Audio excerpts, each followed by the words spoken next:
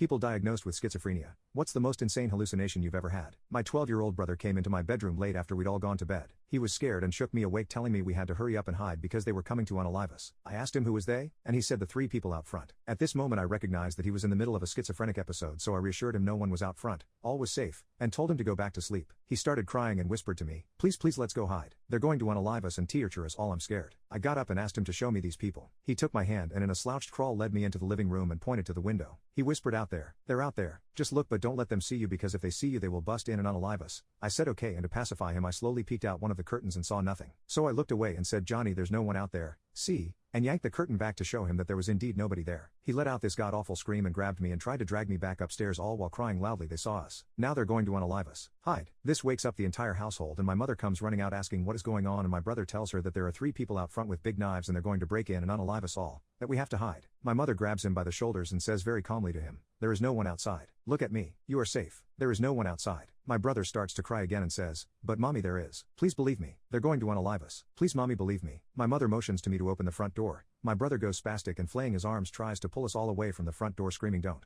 They're going to unalive us. Mommy, they're going to unalive us." My heart is breaking for him because of the genuine fear he is feeling, and so I tell him it's okay. I promise if I open this door and you see those people I will slam it shut and we'll run and hide, okay? But if I open the door and we don't see these people you have to stop crying and go back to bed, okay? In a tearful nod he says yes and then hides behind my mother as we all gather around the door. Just to be safe I peek out the front door blind and see no one, so I slowly open the door and he shrieks a whimper and I open the door wide and see nothing. We all look and there really is nothing. As I start to unlock the screen door, our huge German Shepherd that's out at night comes up on the porch steps wagging his tail, excited to have late night company. I turn to my brother and say, "See, if there were people out here, don't you think Chief would eat them?" And we all give a nervous laugh as my brother shakes his head in agreement. I unlock the screen door and let my dog Chief in to love on my brother for a few seconds. Suddenly my brother looks over at the screen door and freezes. I see it and say, "Remember, there is no one out there." And my brother in a forced whisper says, "They are hiding behind the tree. Don't look. They think we can't see them. Hurry, shut the door." I again remind my brother that he said there was no one out there, and he again starts to cry and says, "But they're hiding behind the tree. I didn't see them, but I do now. They're still there." Frustrated, I said, "Okay, if they're there, what do they look like?" And he proceeds to say the big guy in the middle is wearing jeans and a black leather coat. He's holding an axe and smiling great big at me. The other man is shorter and wearing jeans and black boots like a motorcycle guy wears, and he has a hat on over long dirty blonde hair, and the woman is wearing a long dress and a floppy hat with long black hair, and she has a knife too. The short guy has a gun. Then urgently he whispers, "I think they saw us." We all quickly turn to look out and I say there's no one there. And I open the door and send Chief back out saying, "Get him, Chief, get him." Chief gladly bounces back outside only to look around confused like, what am I supposed to get? My brother says again in a whisper, "They saw us." Then he lets out this scream, "Shut the door. They're coming. Shut the door." I look out and see nothing, and Chief has decided that he's had enough of this game and goes and lays down by the front steps guarding the entrance. My mother looks beyond frustrated and extremely tired. We've got school and work in the morning, and here we are at 3 a.m. struggling with my brother's mental illness. Somehow though what we are suffering through doesn't compare to what he is suffering in his mind, and all I can do by that